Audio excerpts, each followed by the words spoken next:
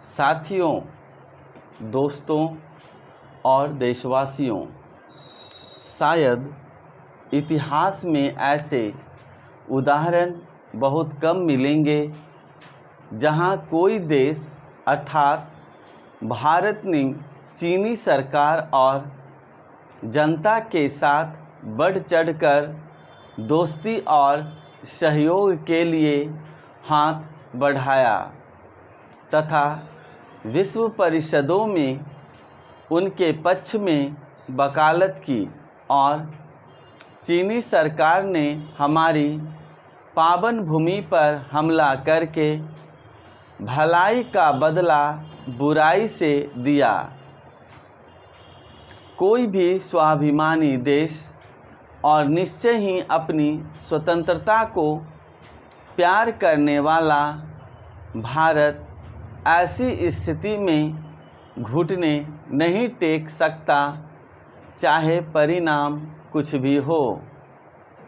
लद्दाख की सीमा पर बराबर 5 वर्ष से आक्रमण हो रहा है।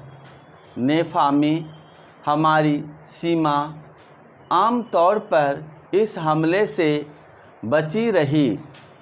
जब हम तनाव को कम करने के उपायों पर विचार कर रहे थे और दोनों देशों के प्रतिनिधियों की बैठक होने की भी संभावना थी, तभी नेफा की सीमा पर एक नया आक्रमण हुआ।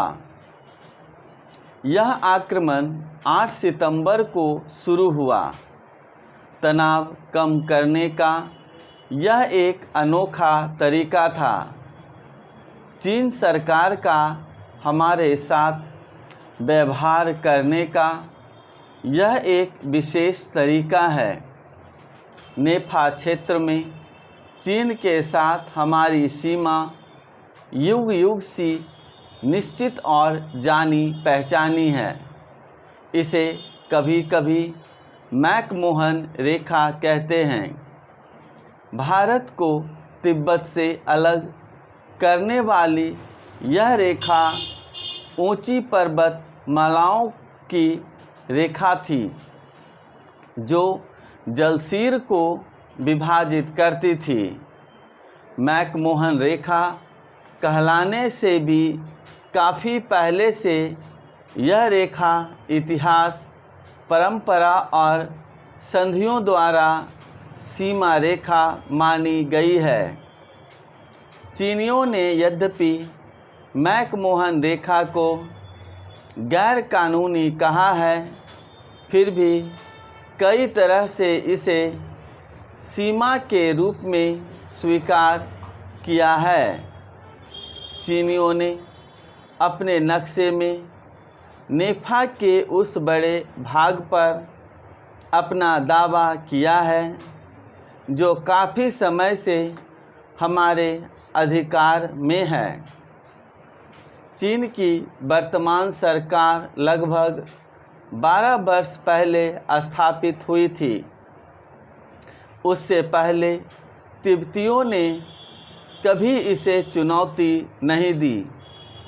चीनियों ने जो नक्शे प्रस्तुत किए उन्हें बार बार पुराना और अप्रचलित बताया है, जिनका आज कोई महत्व नहीं है।